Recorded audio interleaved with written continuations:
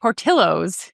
I can't even say the name of the restaurant. The hot dog chain. Clearly, I'm not a frequent visitor at the hot dog chain. Missing out, Ann. Missing out. I'm missing out.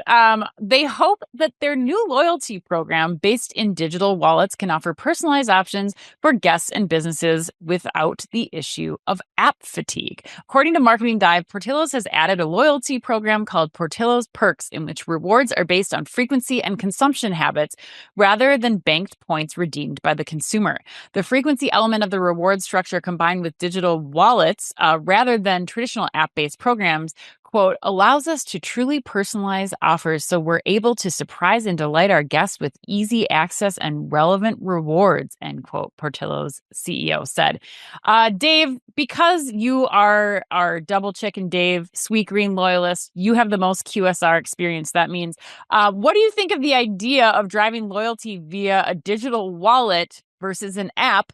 And do you think that app fatigue is a legitimate reason to press forward with a wallet-based approach? I do not know if this will have any impact on sales or traffic, but what I can say is app fatigue, I believe, is real. Really? Tell me more. So I think this concept of food aggregators, I'm not even aggregators, delivery, like you have DoorDash, you have Uber Eats, you have Toast, you have Chow Now, where you have a plethora of QSR restaurants at your fingertips that also have loyalty connected to it, like Dash Fast. I think that is a more seamless way to the Amazons of food and delivery and pickup. And so when you have individual apps where they might have loyalty or they even don't, and they're just trying to get your information, I think is not going with where the consumer is. I think having something that's a little bit more with the daily use case of a digital wallet is something that is novel and interesting. Now, will it actually drive that level of loyalty and repeat that they're hoping? Not sure, but I think it's a really interesting pilot to test that's outside of the app. Personally, I was going to say, you guys know my affinity for Sweetgreen. Yeah. I couldn't tell you the last time I used the Sweetgreen app. You know, everything I do is through DoorDash because my whole world's through that. And when I'm just there, I just order it normally, especially considering the loyalty doesn't exist or go as far anymore. But at least a sample size of one, I have almost no apps now related to restaurants and QSR. It's all through the aggregators. So interesting.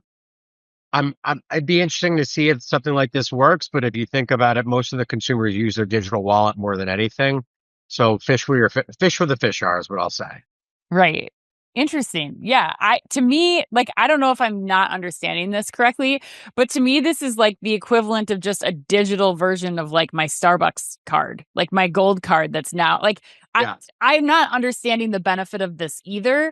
I don't know if I can side on you with the app fatigue portion of it, because I think when you are frequenting certain places like Starbucks, for example, like I use my Starbucks app 5 times a week, no problem at all. But I think you're bringing up an important point, though, that I hadn't thought about, which is like, yes, now there's all this consolidation that's happening. And are you just going directly to your delivery apps, your Uber Eats, your DoorDashes? Chris Creets, where do you fall? Yeah.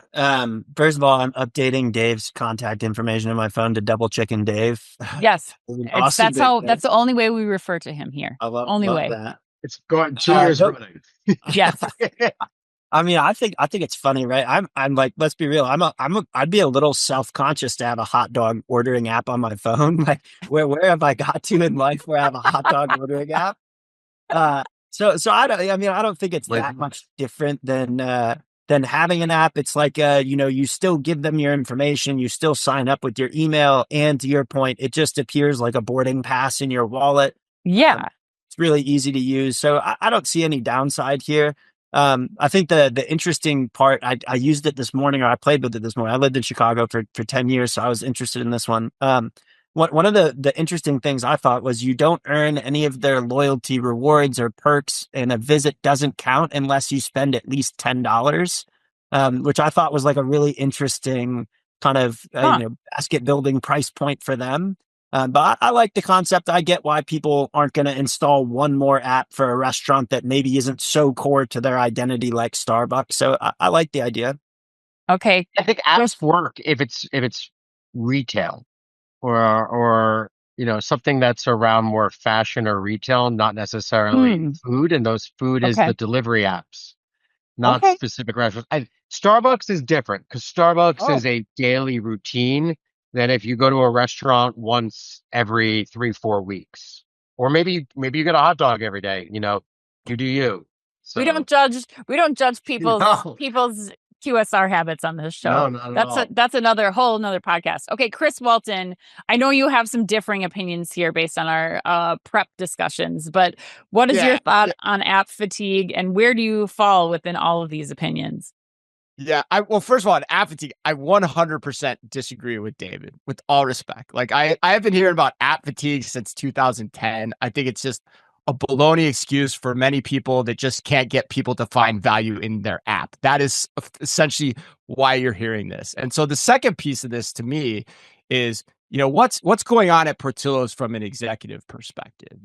If you think digital wallets are better, like Chris seems like he liked it, okay, just say that. Come out and say that. Yeah. Don't say that it's because people have app fatigue. That's just baloney. They have app fatigue because you haven't been providing value to them. So you've talked about Starbucks. Dave, I would disagree with you here. Chick-fil-A's got the best app out there. And so contacts matters. So Portillo's, and here's the other thing. Portillo's sites pound. Like the article says they do $9 million a year. And with volume like that, your customers should want to use your app. I like Portillo's. We have one in Minnesota. I go there regularly. I get more than hot dogs. They also got nice Italian beef sandwiches, I might add.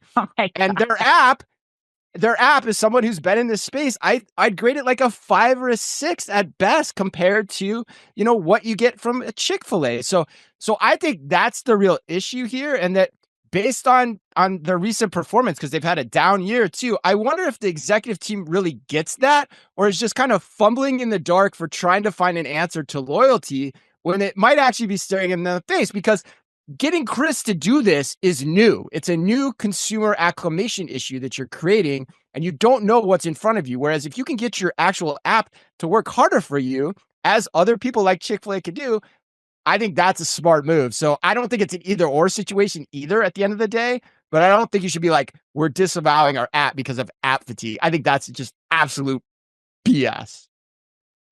All right. Well, there you have it. The try. It's the first time Chris and I have ever disagreed in this entire. I know, right? Yeah, 8 times. Did I bring you to my side though, Dave, or what? I don't. Partially. I don't need 1,000 different apps. I think it's different. If you're a loyalist and you go to Portillo's every week or every 2 weeks, that's different. Like I still have some QSR, but there are other ones I'm just like, I haven't used you in like a couple of months. Like I'm going to get rid of it. Yeah. So, yeah, right. Because there's no value in them for you, right? So that's right. But yeah.